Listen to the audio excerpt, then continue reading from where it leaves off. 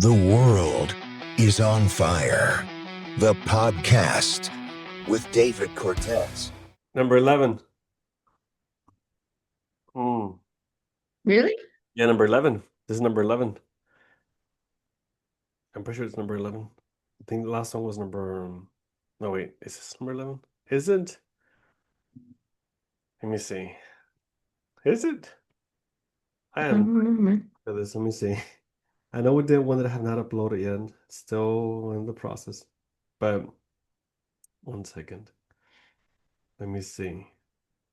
1, 2, 3, 4, 5, 6, 7, 8, 9, 10, 11. 11. Mm-hmm. 11. Okay, cool. So this is number 11. Number 11 on the podcast. 1 second, let me just turn this thing to airplane mode. And okay, there we go. So this is number 11. And the name of the episode is The Crown of Thorns for the Winner. That's the name of the episode. Just so you can know what we're walking into. So The Crown of Thorns for the Winner. Yeah, that speaks volumes over what's going on right now in the country. And the episode today, I mean, first of all, welcome to the podcast. Welcome to The World is on Fire. And in this last week, it's definitely been on fire. The late night shows are being canceled. They're being canceled. I don't know. I mean, I know some of it, not a lot of it. I'm not into like TV shows like that. At least not of that kind. I used to watch TV shows like that back in the day, especially Craig Ferguson, who was super funny. He always makes a lot of jokes that are really good. He made this one joke. I'll say it because it was really funny. He was interviewing Gerard Butler in the episode. This was a long time ago when Gerard Butler was super famous when he made the movie 300. That movie 300. This is Sparta. So he Yeah. movie, and he also made the movie P.S. I Love You and a bunch of other movies. And Gamer. Gamer, Right. Gamer, he did. That was a good movie. A lot of It sure was. people slept on it, but it was a good movie. Crazy movie. Well, Craig Ferguson's on the TV show, sorry, on the late night show with Gerard Butler, and he makes a joke. He said, "I think that we men, not just we men, but men of all sizes, right? Because I think they were both Irish, right? They're both Irish, Craig Ferguson and Gerard Butler. So when he said this, I think over there, we men stands for tiny men, like short men, right? Oh, okay. So, but he was saying we as in we men, as in us men, Oh, okay. the double play on words, we men, not just us men, but men of all sizes. It was a funny joke. I don't know. But yeah, so that was a funny joke in my opinion. The way he said it, not the way that I said it. I always tell people that I'm not a comedian because if I was a comedian, I would die of hunger. Oh my gosh. Okay. Crickets again. So yeah, so my jokes are not the best as y'all can see. That's why I don't do comedy, right? That being said, bad jokes aside, we're going to be talking about so many different things that are happening, again, including with what's happening with the world right now, especially. One of these things is shows are being canceled, right? If I keep up with my bad jokes, I'll be canceled soon. Oh God. All right. It was good. Like I said, that one was good. That one was good. But you're like secondhand embarrassment. Anyway, so they're canceling the show, and that kind of broke my heart because it's super sad because it seems like if it's a political play or it being canceled out of retaliation, Mm. right? And I think they already said that they're going to be trying to cancel Jon Stewart's show as well, and other shows too. So it sucks that we're in this time period right now. But I mean, shows, yes, they're important. Those shows specifically, they're pretty cool. Jimmy Kimmel, right? I think he's in it. Jimmy Fallon or Jimmy Kimmel? Jimmy Fallon, right? One of those Jimmys. One of those Jimmys is going to get canceled for supporting Stephen Colbert over what's going on. So a bunch of these late night show hosts are getting together to support him. But we'll see what happens. We'll see what happens. As far as what is relatable to the average person, to the everyday Joe, is what I'm gonna go over next. So, because of the way that the world is functioning right now, there is something that's happening that people are feeling, they're seeing, but they cannot verbalize. They cannot put into words what they're experiencing.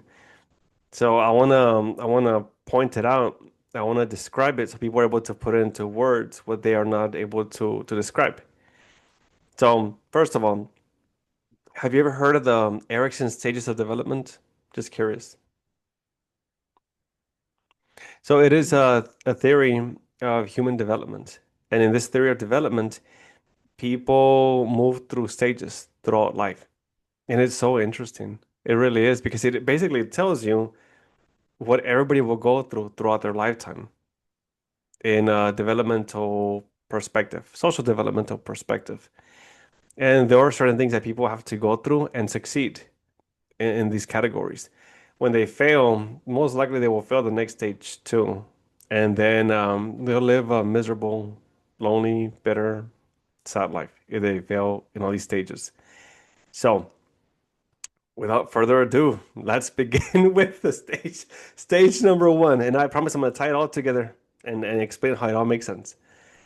It sounds kind of grim when I start off like this, but there's hope. There's hope here. There's hope here. There's hope. I want to give you hope. Take the hope. Take the. But the first stage that I want to go over is role identification versus role confusion. That is What?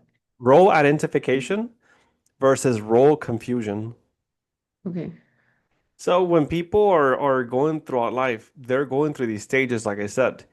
And one of these stages is role identification.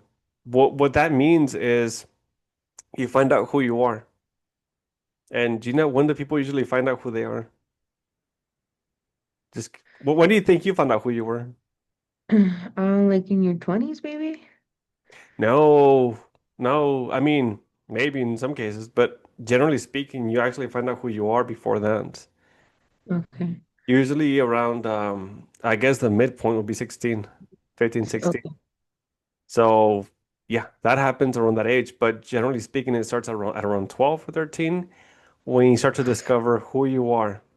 I 12 mean, and it's 13. supposed to happen at that point. Okay. I mean, if it doesn't happen, then there's something going on. Either you haven't been exposed to the right situation, circumstances, environments, or all these different things that promote growth. So from 12 through 18 or so, maybe 21 or so nowadays, right? People get to find out who they are. And they start to see which groups of people they can hang out with. You find out who's your tribe, for example. You find out who you go with. So you find out where you belong, essentially, where you belong in this vast world.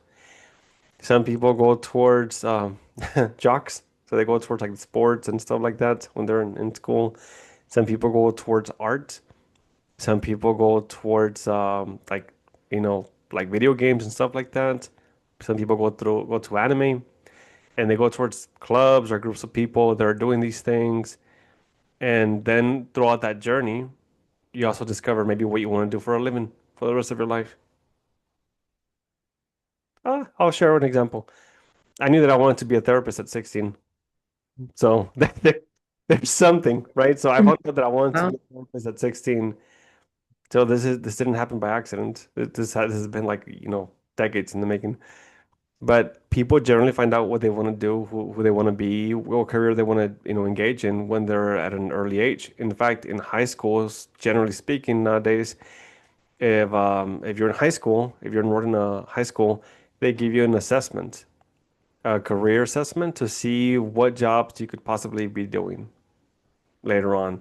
So they'll give you this assessment, they'll give you the top three options for what you could do.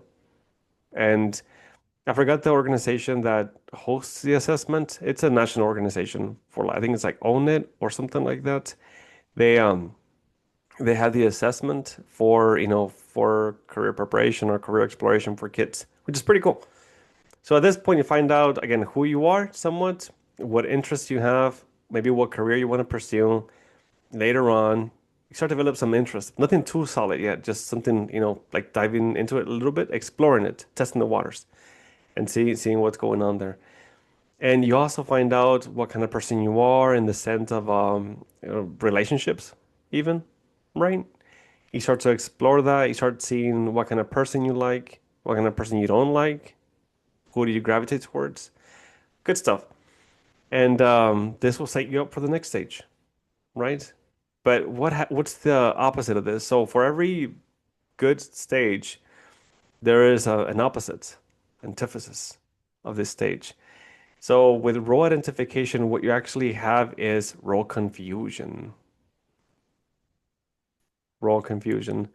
Just like you can have role identification, you can have role confusion. And with this, it leads to people not knowing who they are, not knowing what they like, not knowing how to fit in, not knowing what groups they should be a part of, not knowing what their hobbies are, not knowing themselves, not knowing what they want for careers down the line, being confused about what their options are, not maybe not being able to see past high school, not being able to see past these experiences, not knowing how to function within relationships. So you have this role confusion thing that happens to people, and it sucks.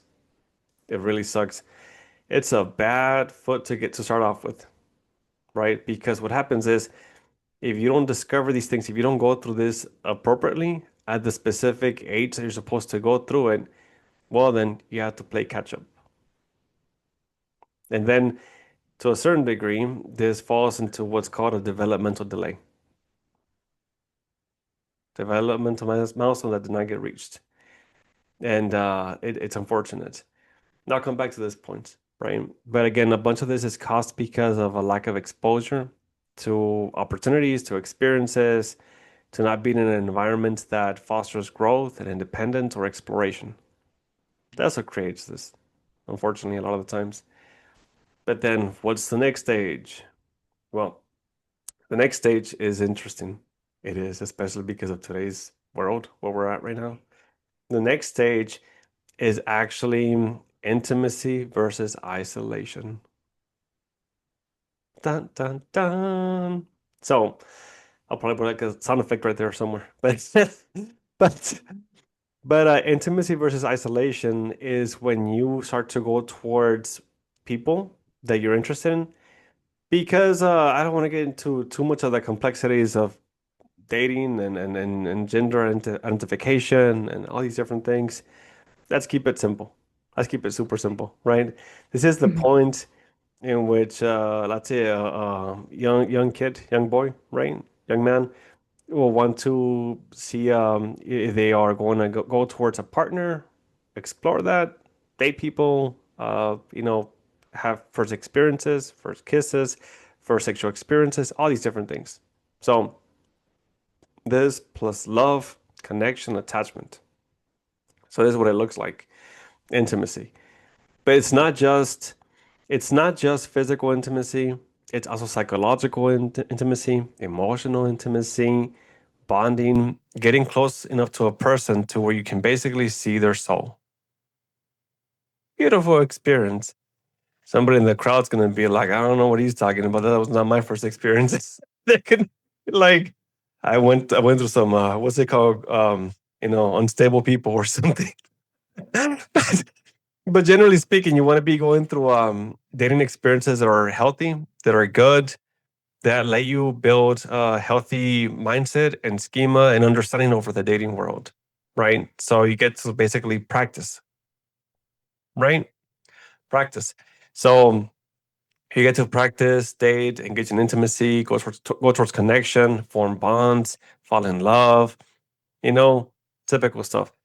And this is cool. This is a rite of passage for a lot of people. Everybody should be able to experience love in high school. They should, right? They should. And that's going to be a fun experience for a lot of people. And it has been for a lot of people who've already gone through that stage. And then this also continues all the way to 40. So, I mean, according to some of the stuff that I saw on the, charts. However, back in the day, the stages were looking a little bit different. When I saw the stages many years ago in the stages of development, it said something like 21 or so, 18, 21, the area, all the way to 35 or so, 35 or so. That's when it was considered the stage of intimacy versus isolation around that time frame. But with the chart that I saw recently, it said 40.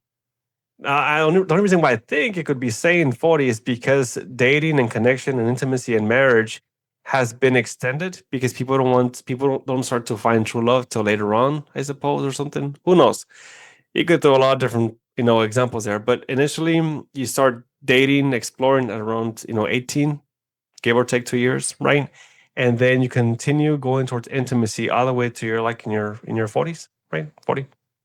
Let's say that you're a late bloomer. So you didn't get to date anybody in high school, but then you get to date people in college, date people after high school, right? All these different things. So you have intimacy happening at this point, and it continues because almost nobody stays with the first person that they date. Almost nobody stays with the first person, of course. So it's not like if intimacy ends right there just because you broke up with the first person. No, no, no. It's an experience that goes people go through all the way till around 40 nowadays. Ideally, ideally, I'm gonna get some heat for this one. Ideally, you should be able to conquer this stage by 27. 27. Now everybody's gonna be like, why 27? Why 27? You don't get to put a number on things. No, no, I don't. I'm not trying to. Research does. Biology does. Right. So I don't have to put a number on it. So they found that between the ages of 27 through 29, women tend to experience a bit of a crisis point type situation, and they get hit with this sudden urge or what's it? Not urge. This desire to be in families, to settle down, right, to find their soulmate. 27 to 29. That's what they found was the average for this crisis point to happen. Okay. And huh? I said, okay. No, no, no. I'll elaborate. I know. People are gonna be like, "What are you talking about?" So the reason why this happens, there's a word that they used specifically in the class that I took for this specific subject. What was it? It was this. Let's call it calling, right? This call, right? So women between the ages of 27 through 29, they experience this call to motherhood a lot of the times and to settle down. They do. And they start to, and a bunch of people will probably say, no, it's not true. It is. It is. I mean, I'm not going based off like one small sample. I'm going based off like an entire like national survey that was done. So it's not one small sample. It's like a humongous chunk of the population that said this was true. So what happens is they get this call to go in this direction, to have a family, to do all these different things, and it falls in line with this the what's it called next stage of developments that are going to a while in a while. But so okay, so here you have intimacy versus isolation. So then what happens if you don't go towards intimacy? You go towards isolation. Isolation is the opposite of intimacy, of course. So in this stage, if you go towards this side of the board, not that side of the board, which is the good side of the board, by the way, right? So rodentification, intimacy, good side on the board of the board. Row confusion, isolation, bad side of the board. You're on the bad side of the board. And it's important for people to know these things because they have to know what's going on psychologically, biologically, all these different things. Anyways, so if you go towards isolation, then you say, no, I don't want connection. No, I don't want to be close to people. No, I don't want to be vulnerable. No, I don't want to go towards love. I can do this thing on my own. No, I don't want any of these things. Okay, cool. So, I mean, people have that option to go towards isolation. However, sometimes it's not by choice. Sometimes it is because of trauma that people go towards this direction. So they'll experience failure after failure after failure after failure within relationships. And they struggle very much to make it work. And then they start to go towards isolation. So, I mean, that happens. And I could go into some very dark statistics for the next couple of decades, but I'm not going to. It looks very morbid for like I mean for people between the ages of I think 30 to 45. It looks very bad for intimacy versus isolation, and they're calling it I think like the lost generation or something like that for a lot of people because they're they're not going towards intimacy. They're going towards isolation in masses, in humongous numbers. Again, a lot of different factors to this, including trauma, attachment issues, all these things. Anyways, so then you have isolation that people go through, right? And then you have the next stage, which is generativity versus stagnation. So we're here. According to that thing that I saw a while ago, it said 41 to 65 was generativity versus stagnation. But the truth is, it happens before that. In the old stuff, the old material that I saw, it said it was something between like I think it was 30 to 35 or so when generativity started and stagnation started as well. The reason why it's at that point is because by 30 or so, what usually happened in previous generations. By 30, what did most people already have in their lives? Gremlins. They had gremlins running around. They had What, children? yeah, they had children. They had gremlins. They had gremlins running around everywhere. So by 30 or so, everybody that you've known probably throughout life, growing up as a kid, by 30, most people already had kids. Exactly. Right. So then at that point, generativity already started because generativity means given to the next generation. Now, it looks like different things for different people. So, because some people are going to say, well, what if you don't want kids? Okay, cool. You can still engage in generativity, right? There's a million different examples. But it doesn't always mean having kids. It just, that's a bit of a baseline for what generativity used to mean and what it can still mean. And then you have this, so, giving to the next generation, raising kids, being a parent, and then this continues for when they have kids, your kids have kids, and you're already like in your 50s, right? Then you have grandkids, and you're still engaging in generativity. But there are some people who break the natural order of things, and they go towards stagnation. So they don't have kids. Again, it just varies across the board for a lot of different reasons. There's so many to get into. But when you don't have kids, it's harder to engage in generativity, essentially. Some people have kids and they still don't engage in generativity. That's called child abandonment. That's what it's called. I'm throwing a joke inside there to lighten it up a little bit, but it's true. So you can have kids and still not engage in generativity. So having kids won't necessarily be an indicator of going towards generativity, because some people will have kids and they'll abandon them, and then they're still going through stagnation because they're choosing not to give to the next generation. They're choosing to be selfish, right? So the opposite of generativity can be seen as being a little bit selfish. However, I mean, again, I'll be careful with my words here just a little bit because I don't want people to get pissed off. But it can mean being selfish. So I don't want to live for other people. I want to live for myself. Yeah, cool. You don't have to have kids. It's okay. John Cena is a very good example of this. John Cena, the wrestler, as far as I know, he never had kids. And he did a podcast on this with that other guy. And he said why he didn't want to have kids. He said that he didn't want to have kids because he didn't think he had the I guess, time or the energy or the desire to invest that much in having kids and in raising them. And that he was not going to be doing that to somebody, bringing them into this world and not being able to be the father that he should be for the kids. It makes sense. Makes sense. And if you don't want to do it, don't do it. Truthfully speaking, if you don't want to have kids, don't have kids. That's okay. You can still engage in generativity in other ways. Case in point, if your siblings have kids, you can be a great uncle, great aunt. Right? Very good point.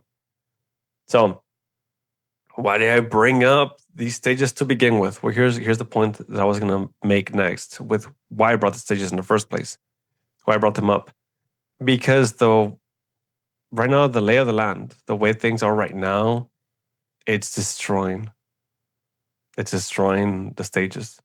The way the world is set up right now, it's destroying the stages of development for people, and people are getting robbed of these stages. So a very good example of this is intimacy and isolation. versus isolation, right? So this goes into so many different topics, but to go into intimacy and connection, a lot of the times you have to be able to, for example, be a provider. Again, I'll keep it simple, right? I'll keep it simple. So it won't get too complicated, because it gets too complicated, like we lose the focus, and I don't want that to happen. So if a guy is working and he's trying to work his way up into the economy, into the machine, into this thing, but then his ability to go towards career development is taken away because there's a Great Depression, or in this case, the silent depression, that they don't want to acknowledge, that the government does not want to acknowledge. Yeah, this is happening, and people are not able to progress developmentally in their career. How are they supposed to engage in intimacy and connection and growth and marriage and being able to raise kids and being able to afford kids? So how does that work?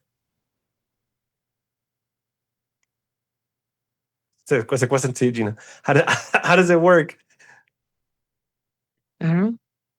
Yeah, it doesn't work.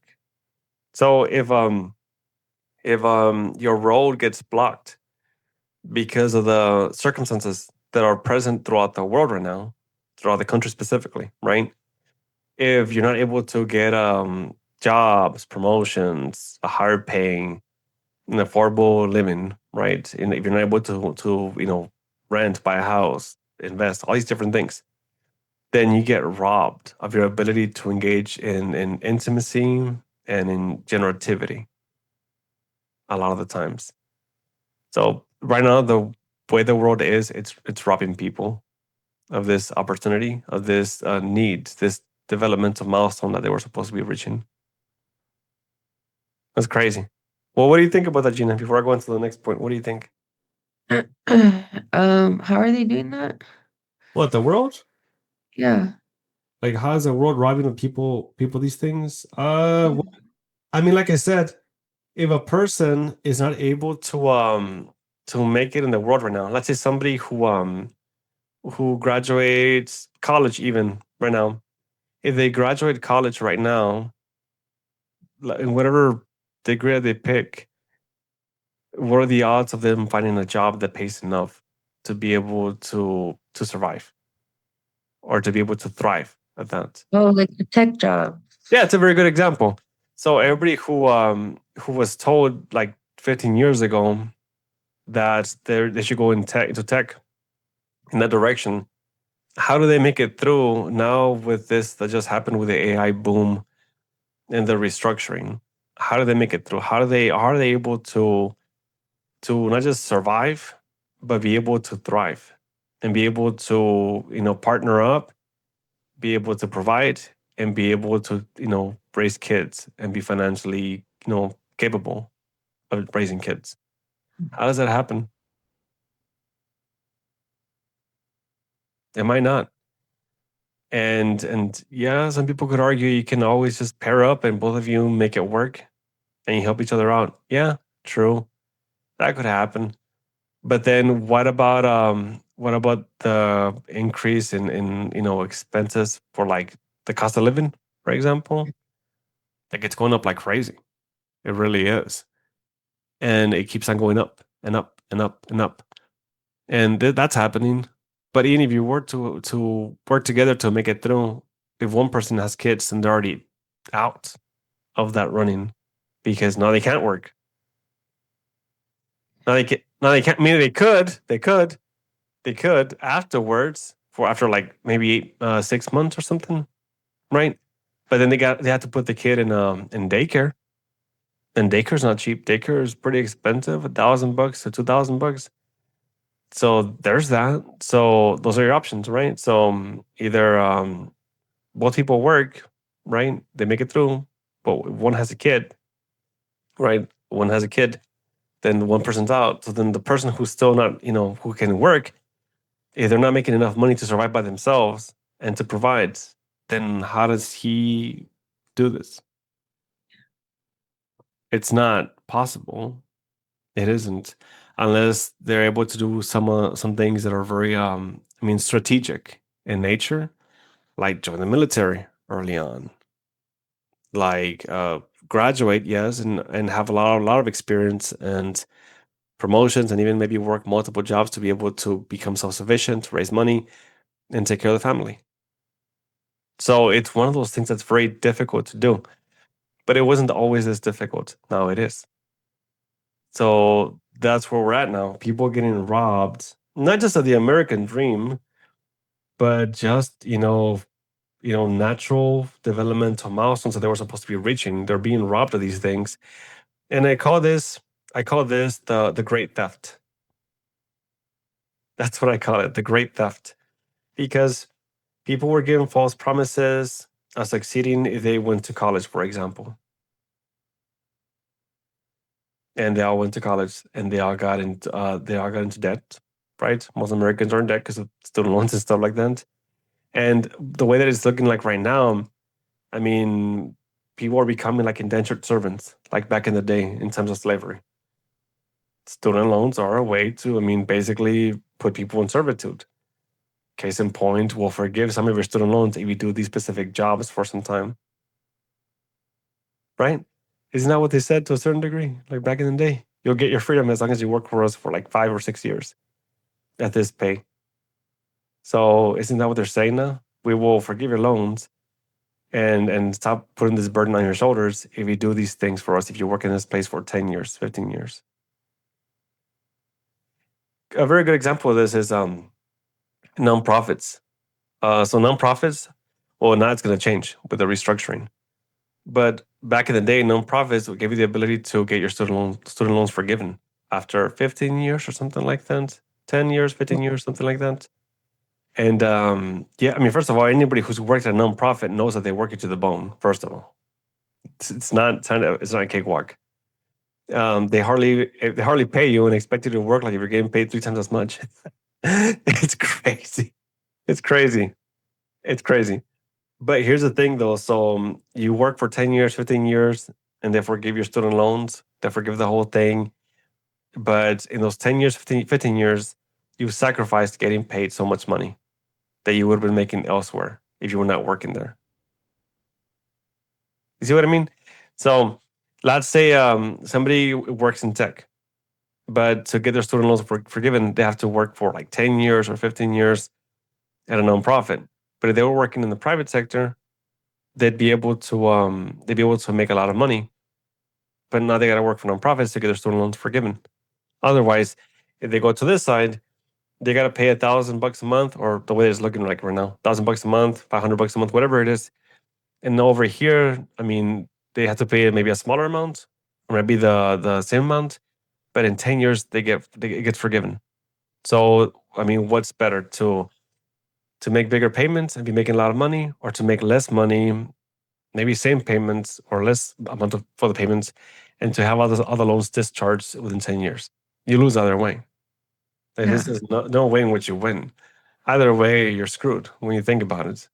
So that's messed up. It is. It is.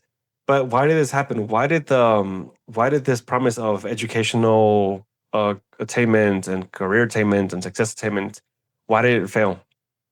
Well, when you think about it, if you tell everybody that that there is gold over there, like 10 miles that way, what's everybody gonna do? Yeah. For anybody who actually paid attention to their elements, to the middle school or high school classes, this is what's called the gold rush. Gold rush. So the gold rush. So if you tell everybody that gold's over there, they're gonna rush towards it. The gold rush was an event that occurred many decades ago, right? Years ago, in which people were all moving to specific locations in the country. I think one specifically, because they had found gold there. So everybody wanted to make money, right? So if college gives you the ability to be able to succeed, but then everybody runs to college, then doesn't that dilute the worth of the degree in the first place? It dilutes it significantly.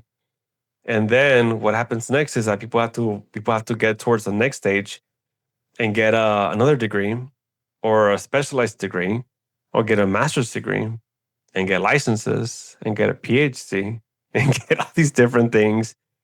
But then you have these job postings that say hiring must speak 2 languages, 3 languages, needs a master's degree, 5 years of experience, and pays 16 to $20 an hour. Right? Yeah. Yeah, exactly. So it gets further diluted, and it just gets crazy. It gets chaotic. It does. So that's kind of why it failed, right? The dilution of the worth of the degree. Then I mean, you have other issues too. They call it the great rat race, by the way. They call it the rat race. The thing that everybody's kind of stuck in, where everybody's trying to be successful, make money, and succeed in the economy. They call it the rat race, and everybody's in it. Everybody's in it. No one gets to escape it. So then that's what everybody's in from the jump. We're all in the machine, and we're all in the silent depression. But then this is what happens next, and I've seen it like a million times over. So what happens if these are the situations that we are stuck in? What happens if a person's not able to navigate this, not able to make it through this, and they're struggling to succeed in this playing field that we're in? What happens to them?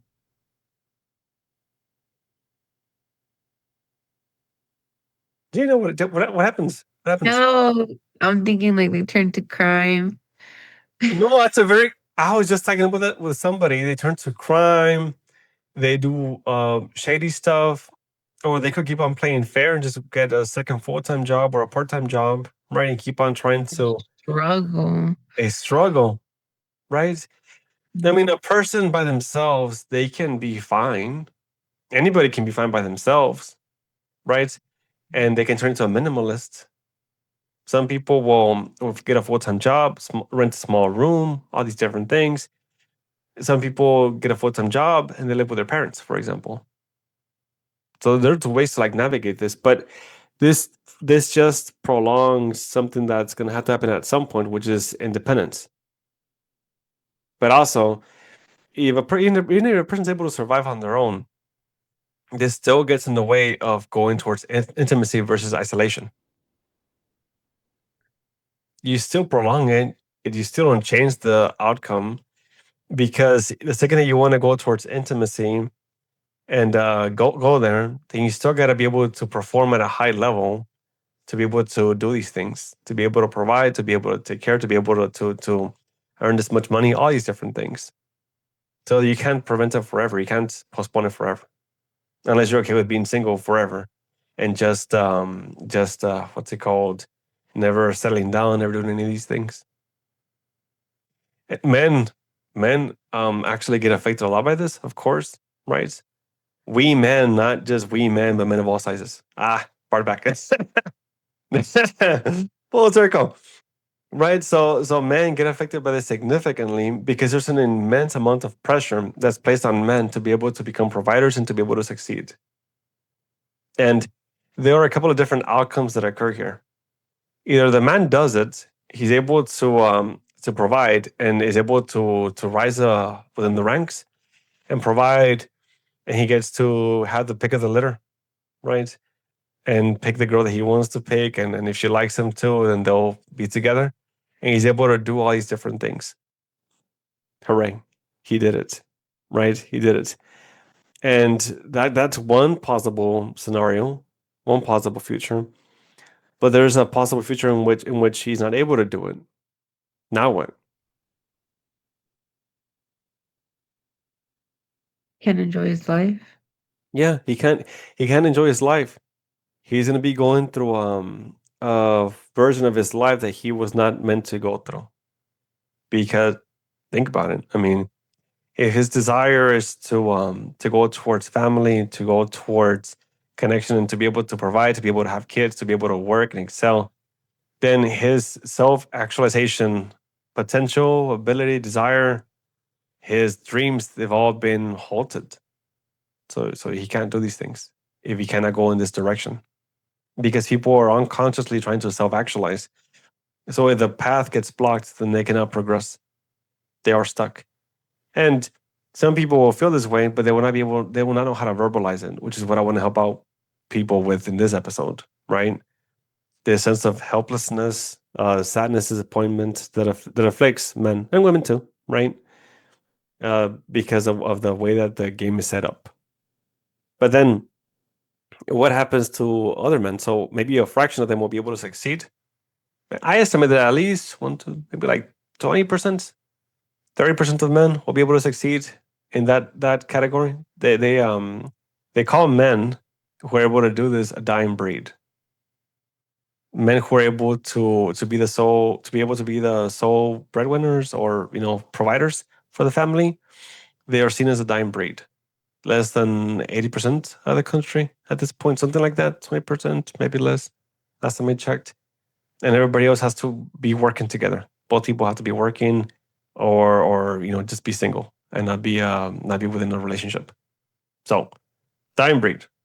Let's go with that first group. So they're going to be able to make it through and reach all these goals. But then you have a second group, and this group is the one that's not able to do these things.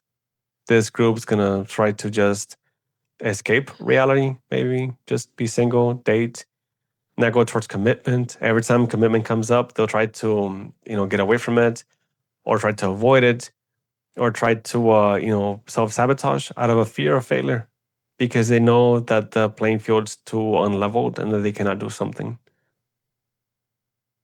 So that's another group within the group, right, of people, of men. Then you have a third group. Oh, man, this one's the worst group, by the way. I mean, not that they're all bad. This one's actually pretty bad, by the way. So this third group is a group of men that will turn against people, turn against the system, turn against women, turn against the status quo, turn against the norm, and reject the game altogether. And they will say, it's not fair. All that women want is for a man to take care of them. They all want a man who's going to be paying for everything. They're all gold diggers. They're all these things. And truthfully speaking, and I'll be 100% candid here, somebody who's able to do it at that level, right, will never call women gold diggers, to be honest, and will never make these insults. You'll never see somebody, generally speaking, who's able to do these things, that 20%, right? You'll never see that 20% of men ever say these things out loud. Not generally speaking, you won't see them saying these things because they're not really bothered by it. They accept it. There has to be a level of acceptance that that the men have to be providers, and that there's so much of a burden, right, and responsibility that comes with that. Back where I come from, I grew up in a lot of different places. Like I moved throughout the entire country, right, here and there. But I grew up in Mexico for part of my life when I was a kid. There was a saying. There was a saying that I grew up with back in the day, and sounds kind of toxic, but whatever. I mean, it's a cultural thing. They would say, "Si quieren mujer, que les cueste." It means if you want to be partnered up with a wife, with a girlfriend, you have to be able to accept that it's going to cost you money and that it's going to cost you effort and work. Even mentors that I had throughout the years, they all said the exact same thing. They all said, if you expect this out of women and these behaviors within a relationship, and if you expect a relationship in general, you have to accept that you have to become a provider, that you have to man up. That sounds so toxic. However, it's not. It's merely saying there's the responsibility that comes from a gender role, from from a dynamic that you want, right? That you have to accept. When you pray for the rain, you got to deal with the mud too. So there has to be this level of acceptance that comes with that. But the men who reject this, the men who treat women terribly or insult them, berate them, the ones that say all these negative things about the way that that they function, generally are the men who do not want to live up to that expectation. Right? or who resent the system, who resent society, who resent the culture, who resent all these different things. But you know what? I'm gonna throw some big wisdom on to people in this podcast today. So you know what they found was the what were the top traits for women within psychology, specifically like evolutionary psychology. They found that women go towards stability. It never said rich. It never said they go towards a rich man. It says they go towards stability. Wealth is part of what brings stability, but I'm saying stability, not wealth. So they're not, women biologically are programmed to go towards stability. They are, and it makes perfect sense. So, and some could argue, well, that means that you have to have a lot of money. Well, no, it means you have to have enough money to be able to provide stability. Now, if it means to have a lot of money nowadays because of what's going on with the economy, I guess that's what it means to a certain degree. But it's not saying you have to be like a billionaire. However, that's the number one characteristic that women are looking for, right? Stability. Number one characteristic for men is beauty. Yes. So the number one characteristic for men that men are looking for is beauty. Scientifically proven, not my opinion. I'll leave my opinion out of this. But they're looking for beauty and fertility, youth, all these different things.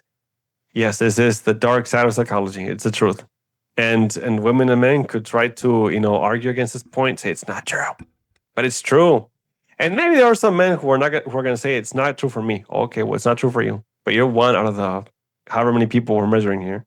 So so so so with that being said, I'm looking at the big samples and what applies to maybe like 80% to 90% of the country, right? There's always going to be outliers, always. But generally speaking, 80 to 90% of men are going to be looking for beauty. 80 to 90% of women are going to be looking for financial stability, life stability, all these different things. Crazy, huh? Crazy. Yeah.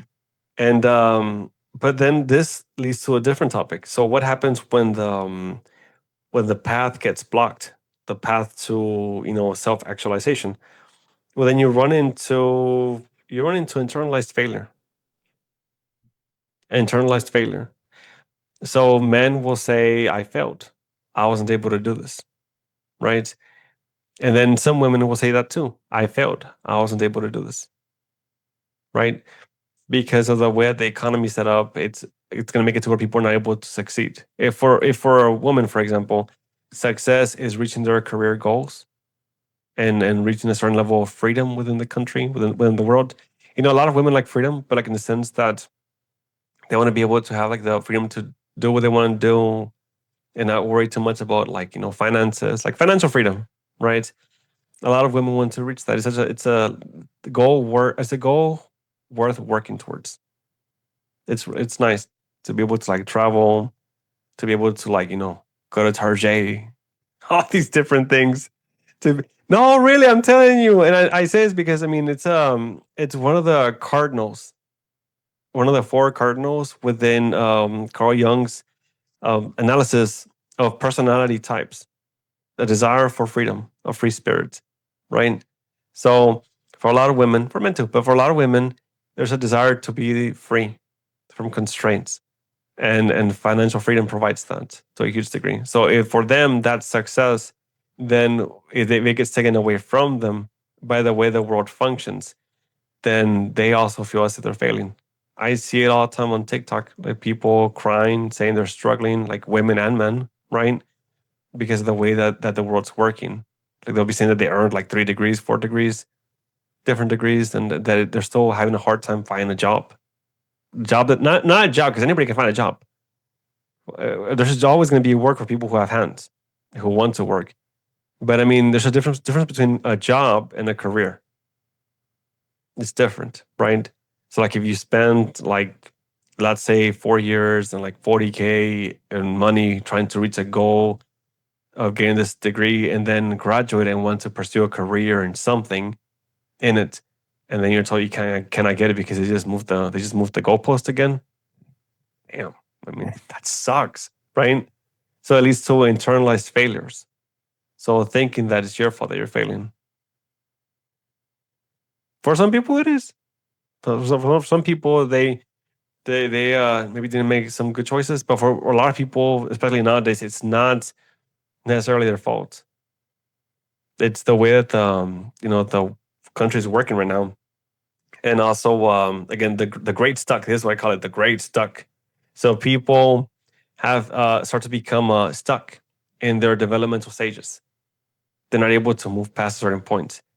They're not able to move towards intimacy, but like a greater sense of intimacy. I mean, you can still have a boyfriend, right? Girlfriend, but this level of intimacy and generativity, people are not able to reach because of the blockades that exist.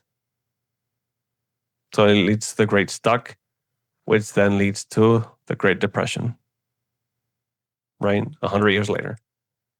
And then it leads to, I mean, people trying to find a way through, trying to succeed, trying to, do something. What do you think about that, first of all, before I go to the final point? There's just a lot of struggle. It is. The struggle is real, right? And externally and internally, man. Just a lot. Yeah. And it's forcing people to become so, what's the word I'm looking for? I guess the word I'm looking for is aggressive. Aggressive to succeed. Seriously. It's forcing people to have to become so aggressive to succeed in this world. Like you have to be working nonstop, not slacking, be on your A game, be the best, all these different things. Yeah. Or it forces people to break character and do certain things that are underhanded and that it's not right. Or to cheat the system in some way, to do something, but it's forcing people to do all kinds of different things. And there are people who lucked out though. So these groups of people that lucked out are people who have what I call the hyper successful traits. So so people who have these traits, either they have very high IQ, right? Mm. They have extraordinarily high IQs. They have strong leader energy. They're very confident, or at least give off the impression that they're confident. They have a certain look to them, right? So if a person has a certain look to them, like let's say that they have a commanding presence, for example. Let's say a man who's of a certain aesthetic, right? I once worked with he was a supervisor of mine back in the day. The guy was a dirtbag. He was a dirtbag. Yes, he was. He got fired because he did some stuff he should not have been doing at work. He did some stuff that he should not have been doing. But the dude was he had experience with military. He was 6 feet, like 6 feet 7. He weighed like 200 and maybe like 30 pounds. He looked like the Rock Dwayne Johnson. Wow. Exactly. He did. But because of these features, he actually was able to get a job as a lieutenant for a correctional facility, right? Because of these things that he had, the experience that he had. But deep down, he was a dirtbag, and he got fired because he did some stuff. He was like sexually harassing some of the staff members. He did some things he should not be doing, like like coercion, dark stuff. He did some dark stuff, and he got fired. But what I'm saying is that even if people are bad, if they have these specific hyper successful traits, they're able to still succeed. Like there are people who, and this is messed up, but it's true. There are people who are great gossipers, who know how to play the game of life, and who are able to make themselves look good, right, at their job, or make themselves look better than everybody else, or make somebody else look bad. These people tend to get promoted, right? So everybody's had the manager or supervisor who will take credit for your work and say it was their work, and then they get a raise or they get a promotion, and then you get nothing. That's a very good example, right? So this dark trait of being able to engage in malicious behaviors to advance.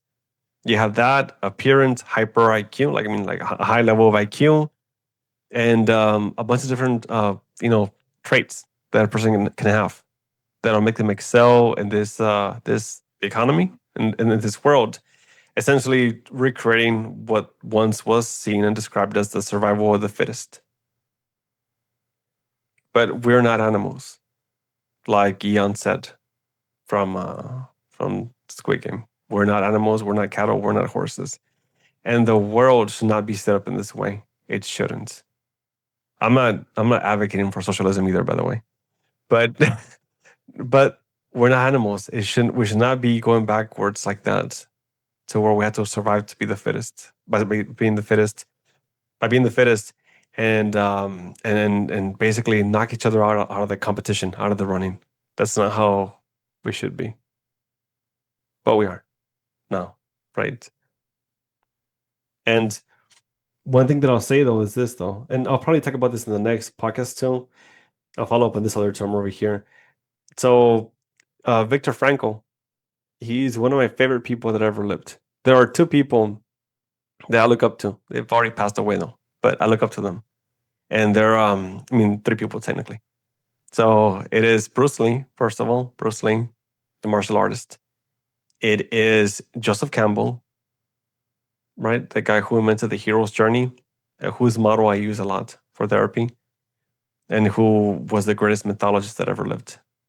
And then the third guy, his name is Viktor Frankl, which is the man that created logotherapy, which was the therapy intended to help people find meaning in this life. So, and I did a lot of work around that too, with like research, and I found some things that are pretty interesting when it comes to meaning, and I also finished his work to a certain degree. Right, he who stands on the shoulders of giants will reach much higher. So, I didn't make up that quote, by the way. That was actually Father Michael from Laredo, Texas.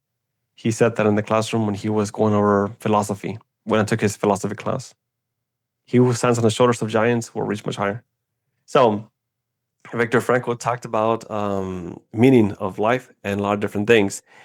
And I'll go into what he talked about somewhat next time. But one thing that he said was, when we fail at being able to succeed in the goal that we want to reach, when we are not able to reach our full desired self, become fully self-actualized, when our meaning is taken from us, we have one last thing that we still have control over. We do. He said, it's our attitude. It's our attitude. In the phase of annihilation, we still have the choice of attitude. Viktor Frankl was in Nazi Germany during the Holocaust. Yeah, crazy, huh?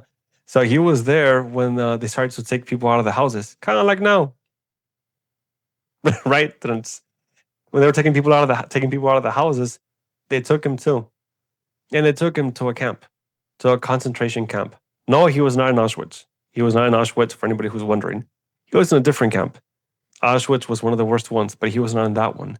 Well, he was at the camp, and he had seen his friends die, family die, people die, and they took all their belongings. He said that at some point they had them all naked, just standing. They had all of them standing naked by the fence, all of them.